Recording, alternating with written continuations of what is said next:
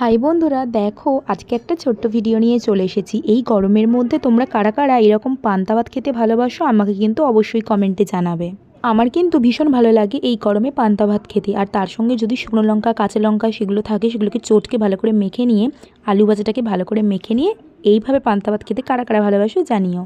পান্তা ভাতে যদি ঝাল ঝাল নাই হয় বা ঝাল ঝাল খেতে নাই লাগে, তাহলে তো খেয়ে কোনো মজা নেই।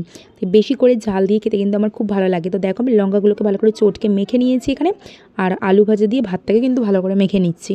এরপরে এর মধ্যে আমি নুন আর জল দিয়ে ভালো করে আবারও মেখে নেব, দিয়ে খাবো। আর তার সঙ্গে বন্ধুরা ছিল ডিম ভাজা, কুচি কুচি পেঁয়াজ, কুচি কুচি লঙ্কা কেটে মামি সুন্দর করে আমাকে ডিম ভাজা বানিয়ে দিয়েছিল। তো সেটা দিয়ে এই পান্তা ভাতটা আমি খাবো।